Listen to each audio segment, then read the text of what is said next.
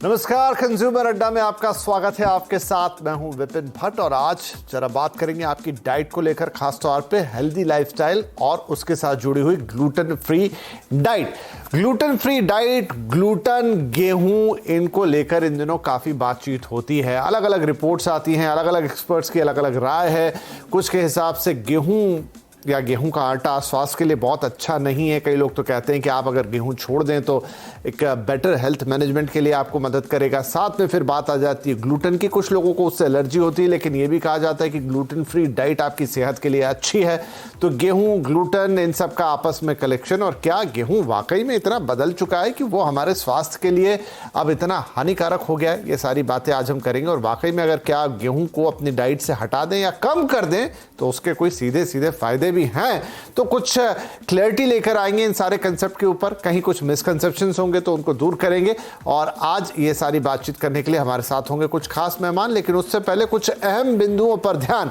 तो आइए एक नजर डालते हैं कि इन दिनों क्या कुछ चल रहा है। गेहूं का ग्लूटेन वाला पंगा क्या है?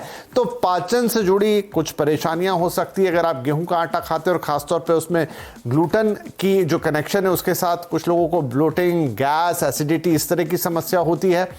गेहूं का आटा पचने में भारी है ये कहा जाता है।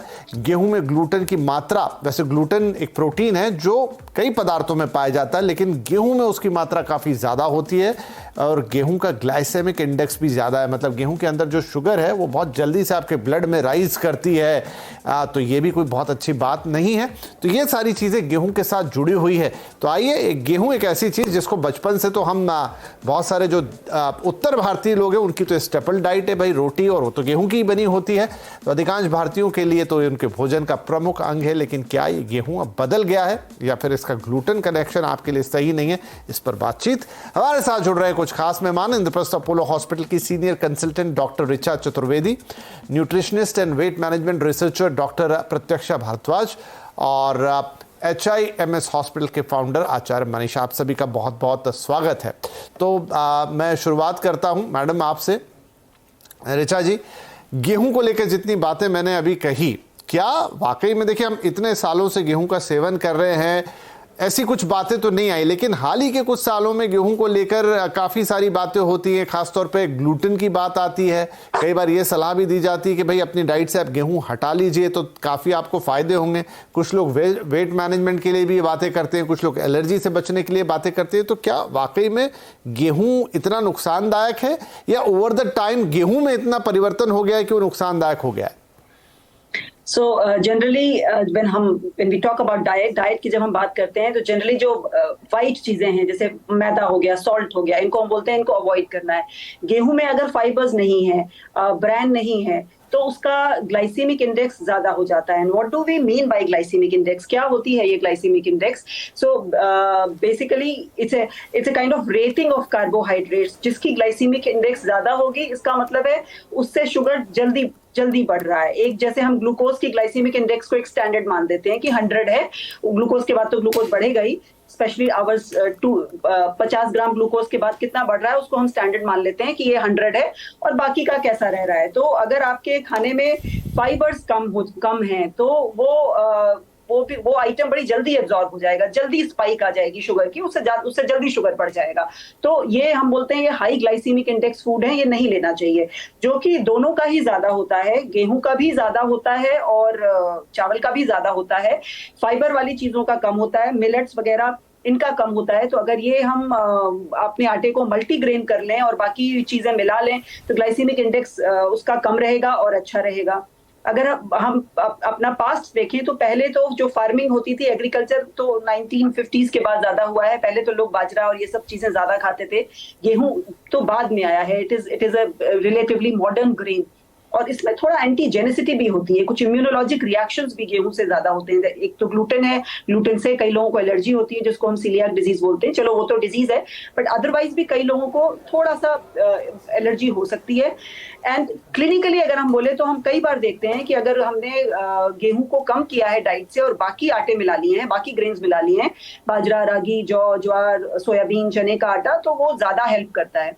स्पेशली अगर हमने इन सबको रात में कम किया है, जैसे जैसे दिन बीतता है हमारी बायोलॉजिकल क्लॉक ऐसी होती है, जैसे जैसे दिन बीतता है हमारा मेटाबॉलिज्म स्लो होता है।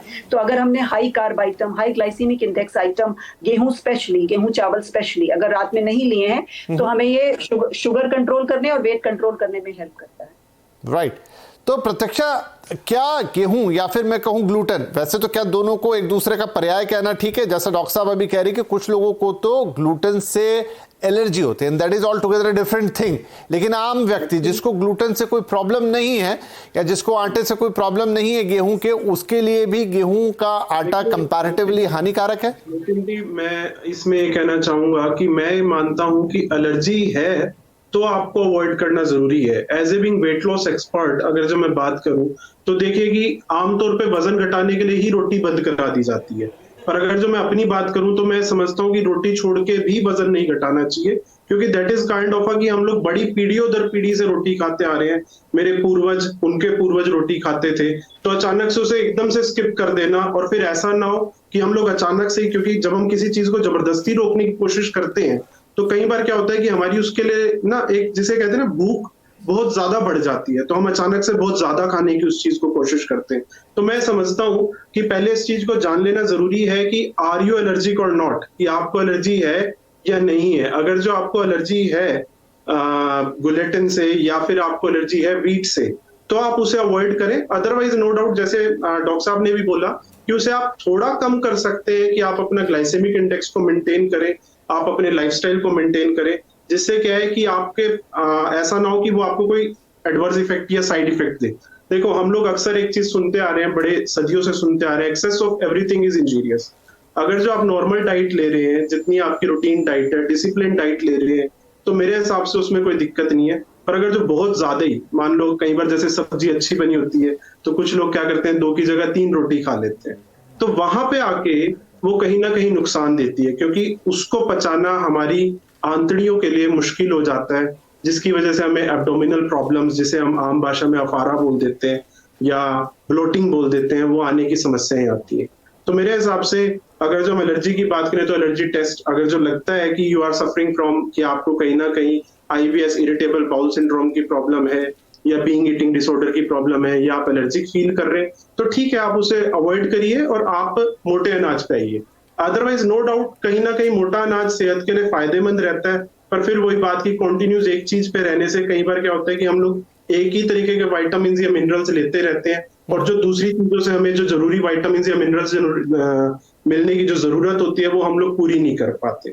तो हर चीज को थोड़ा थोड़ा पॉइंट, ठीक है, समझ में आई बात। लेकिन इससे थोड़ा आगे जाता हूं आचार्य मनीष। देखिए, गेहूं की 2-3 रोटियां खाने में कोई दिक्कत नहीं है, लेकिन अगर मैं ये पूछूं कि ओवर द टाइम जिस गेहूं को हम गेहूं मानते हैं, क्या वो गेहूं वैसा गेहूं रह गया है? ये मैंने कुछ एक रिसर्च पढ़ी है, आगे की बात आप बताएंगे कि गेहूं का जो कंपोजिशन होता है गेहूं के दाने का, जिसमें ऊपरी शेल होता है जो फाइबर का काम करता है, और जो अंदर एक सफेद पदार्थ होता है जिसको आप ज्यादा पीस देंगे तो मैदा बन जाता है, उसका कंपोजिशन बिगड़ गया है ओवर द टाइम। जो अलग अलग तरीके से खेती हो रही है, पैदावार बढ़ाई जा रही है। दूसरी बात, इन दिनों बहुत सारे हाउस होल्ड, खासतौर पे बड़े शहरों में, गेहूं पिसवाना बंद कर चुके हैं। वरना पहले तो सिस्टम ये होता था ना, आप गेहूं खरीदते थे, फिर चक्की पे देते थे, फिर अपने हिसाब से मोटा पतला पिसवाते थे। अभी बने बनाए पैकेट आते हैं जो कि प्रिजर्वेटिव के साथ भी आते हैं, जितनी मेरी जानकारी है। क्या वो आटा आपके लिए नुकसानदायक हो रहा है? तो विपिन जी, मैं पहले तो ये बोलूंगा, आप भी ना पूरा डाइटिशियन बन चुके हो, डॉक्टर बन चुके हो, आपको सारा ज्ञान आ चुका है, क्योंकि आप जब शोज करते हो ना तो आपको सब पता लगता है, आपको सारा कुछ याद है कि पहले हम पिसवाते थे, फिर घर पे लेके आते थे। तो बिल्कुल सही है, ये जो गेहूं हम आज खा रहे हैं ये वो गेहूं नहीं है जो हम खाया करते थे। 1960 में भारत में जो हरित क्रांति हुई थी, उसके बाद ही भारत में गेहूं का प्रचलन बढ़ा है। और पहले हम पूरा साल कभी गेहूं नहीं खाते थे, हम सर्दियों में बाजरा खाते थे, मक्की खाते थे, रागी खाते थे, और मौसम बदलने पे बारिश के दिनों में हम कोदरा खाते थे। तो वो सब कुछ अब क्या है, पूरा साल गेहूं खाया जाता है। गेहूं के साथ प्रॉब्लम क्या है, गेहूं के अंदर 1.2% फाइबर होता है, अगर छिलके समेत लें तो 1% फाइबर है गेहूं में, जबकि 5 पॉजिटिव मिलेट्स हैं, बर्नयार्ड जिसको स्वांक बोलते हैं, कोडो कोदरा, ब्राउन टॉप जिसको हरी कंगनी बोलते हैं, लिटिल मिलेट कुटकी बोलते हैं, और फॉक्सटेल यानी कि कंगनी बोलते हैं। इन सब में, पांचों में 9 से 12% फाइबर है।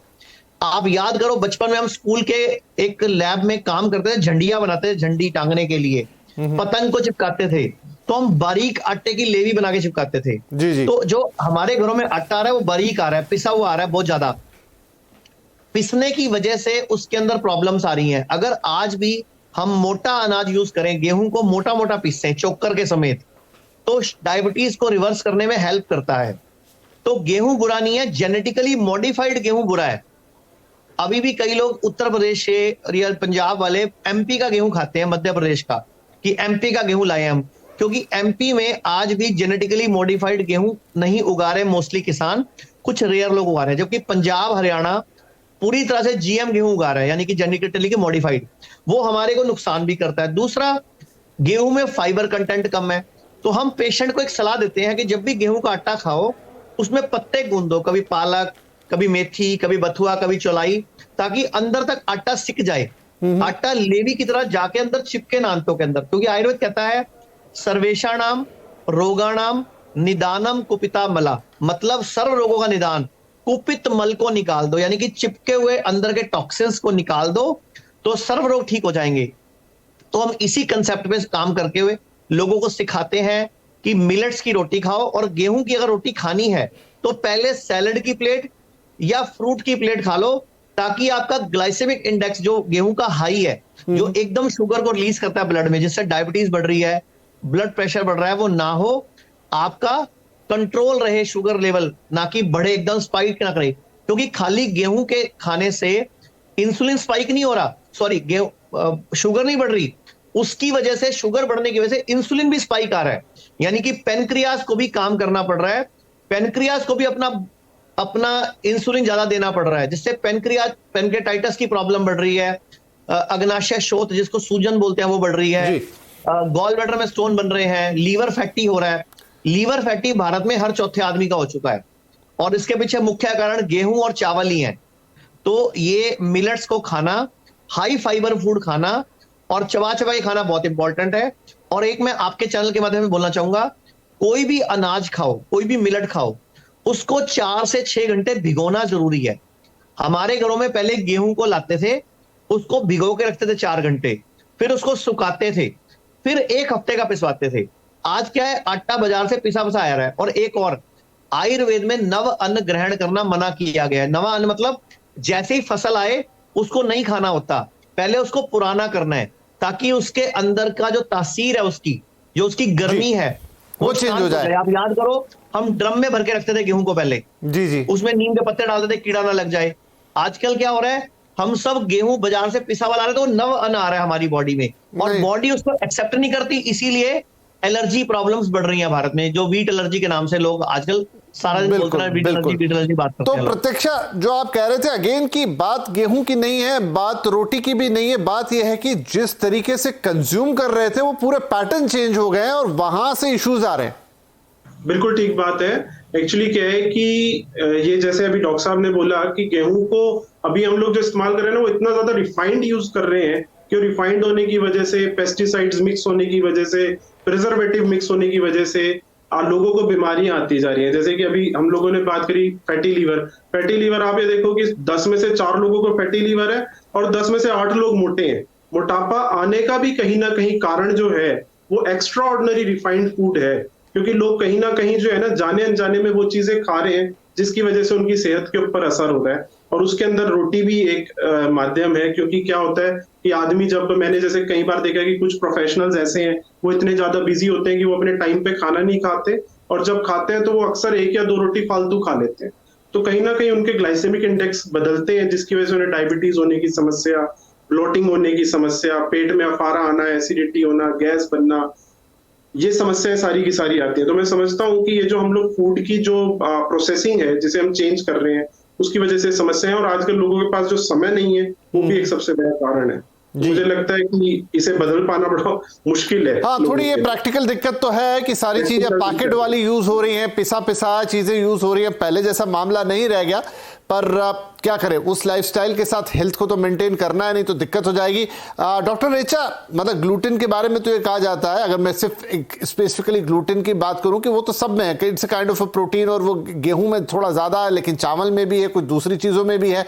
तो बहुत सारे लोग क्या करते हैं कि चलिए मैं रोटी से हटता हूं, चावल की डाइट पे चला जाता हूं। पर क्या इस तरीके से शिफ्ट जो है वो जिस चीज से हम बचना चाह रहे हैं उससे आपको बचा पाता है? भी हाई ग्लाइसेमिक इंडेक्स है, हाई कैलोरिक कार्ब है। सो अगर if you are trying to avoid obesity और हम शुगर कंट्रोल करना चाह रहे हैं तो चावल अच्छा चॉइस नहीं होगा। बट जो हमारे सीलियाक डिजीज के पेशेंट होते हैं जिनको ग्लूटेन एलर्जी है, उनको हम बोल देते हैं वो चावल ले सकते हैं, उनमें इतना ग्लूटेन नहीं होता है जितना गेहूं में है। जैसे ओट्स भी एक कार्बोहाइड्रेट है, लेकिन उसमें जो ग्लूटेन की मात्रा है वो बहुत कम है। इन द सेम वे चावल में भी नहीं है। तो सीलियाक डिजीज के पेशेंट्स क्योंकि वो गेहूं नहीं खा सकते और वो चावल खा रहे हैं, that is all right. But otherwise कोई अपना शुगर कंट्रोल करने के लिए सिर्फ गेहूं छोड़ के सिर्फ चावल की डाइट पे चला जाए, that won't be a good idea. गेहूं के बजाय आई वुड से दूसरे ग्रेन्स यूज करिए, जैसे अभी हम डिस्कस कर रहे थे, बाकी हैं बाजरा, रागी, जौ, ज्वार, चना, ये सब पे शिफ्ट करना चाहिए रादर देन चावल पे। जी, और डॉक्टर रेचा, एक सप्लीमेंट्री क्वेश्चन इसमें है कि बहुत सारी चीजों पर आजकल पैकेट पे लिखा हुआ आता है ग्लूटेन फ्री। अब हम तो उसको नहीं इतना समझते कि इसके अंदर किस लेवल पे ग्लूटेन फ्री होगा, लेकिन क्या इस तरह की जो ब्रांडिंग हो रही है, क्या इस तरह का जो लेबलिंग हो रहा है वो पूरी तरह से सही रहता है? आप उस पर भरोसा कर सकते हैं? ये सीलियक डिजीज वाले पेशेंट्स के लिए है जिनको बिल्कुल ग्लूटेन नहीं लेना चाहिए। अगर वो लेंगे तो उनका इंटेस्टाइन में डैमेज हो जाएगा, वो ठीक से बाकी एब्जॉर्ब नहीं होगा, उनका कैलोरी ठीक से नहीं, न्यूट्रिशन ठीक से नहीं पहुंचेगा, उनका वजन कम होगा, ओवरऑल बॉडी में कैटाबॉलिज्म, नेगेटिविटी, डिस्ट्रक्शन बढ़ जाएगा। सो वो ग्लूटेन फ्री चीजें उन लोगों के लिए है। एज अ डाइट फैड हम बोलें कि हम ग्लूटेन फ्री चीजें यूज करना शुरू कर देंगे, that will be very healthy for us. No, I really don't recommend that. That's mostly a marketing gimmick. That's those packaging, those things are very good for celiac disease, उनके लिए options बढ़ रहे हैं, वो अच्छी बात है, but not for general public who are not. ठीक है, ये भी एक चीज क्लियर होती हुई यहाँ पे। तो चलिए, हमने ये तो समझ लिया कि आटे में क्या चेंज आ गया, गेहूं में क्या चेंज आ गया, और उस सब के चलते हमारे अंदर क्या चेंजेस आ रहे हैं। तो वो उपाय क्या है? कुछ हल्की हल्की बात हुई कि उसकी जगह जो हम सारे मिलेट्स हैं जिनका उपयोग पहले होता था साल भर, लेकिन अब वो हट गए हमारे सिस्टम से, अब फिर श्री अन्न के नाम से वापस लौटे हैं। प्रधानमंत्री भी उसकी बात करते हैं। तो क्या उन चीज़ों को अपनी डाइट में अब शामिल करने का वक्त आ गया? वो भी रेगुलरली, यूँ नहीं कि आपने मिलेट के नाम पर एक दिन कुछ खा लिया और फिर हो गया आपका। एक छोटा ब्रेक लेते हैं, ब्रेक के बाद कैसे अपने डाइट को थोड़ा सा चेंज करके हम टुवर्ड्स गुड हेल्दी रूटीन की तरफ जा सकते हैं, गेहूं, आटा, ग्लूटेन, सबसे कैसे बैलेंस बिठा सकते हैं, ये अपने एक्सपर्ट से पूछेंगे एक छोटे से ब्रेक के बाद।